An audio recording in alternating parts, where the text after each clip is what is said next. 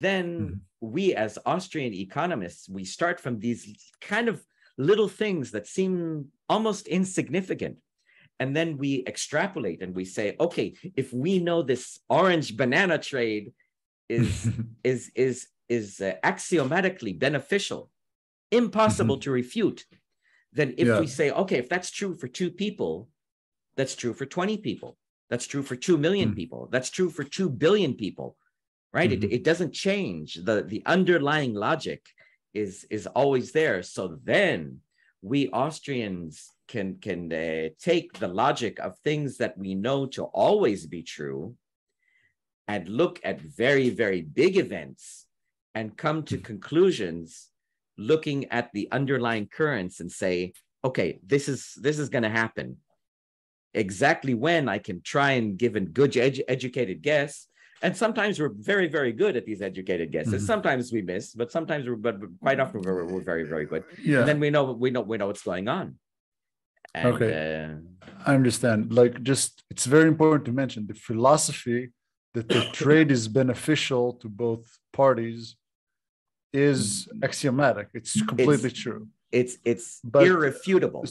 It's irrefutable. And why is that? Because let's say that somebody comes along and say, no, non-coercive trade is not mutually beneficial. Yeah, but how is he automatically wrong? You know how? Yeah, because it's always he's first of all he doesn't do the trade himself. Well, actually, just the fact of somebody arguing with me, he is in a sense making a trade of arguments. In other words, he doesn't have to argue with me. He could say, why do I want to argue with this Austrian when I could go to the beach and look at pretty people on the sand? He's choosing to argue with me because for whatever reason, he feels that his life is enriched by engaging in an argument. So by the mere fact of choosing to argue with me that a mutual exchange is not beneficial, he's proven himself wrong because he's chosen to engage in argumentation. Yeah, but I would say not always the choosing and engaging in like the specific kind of trade. It's not always beneficial. Sometimes when a person, not a woman, sorry, that came out wrong. When someone is engaging with you in an argument of somehow, sometimes it's not for any kind of not any kind, but mostly it doesn't gratify anything.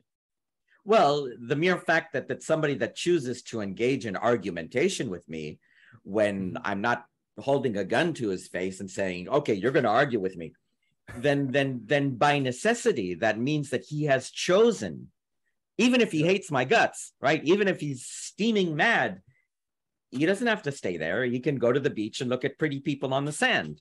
But he has chosen to continue arguing with me, which means that by mere fact of his choosing to do so, for whatever reason, he feels that he's benefiting from the argument, right? Even if he doesn't, he still feels that. Even if he's extremely frustrated for whatever reason, right? And the argument making him more frustrated. Yeah. Then if you don't like it, then stop talking to the guy.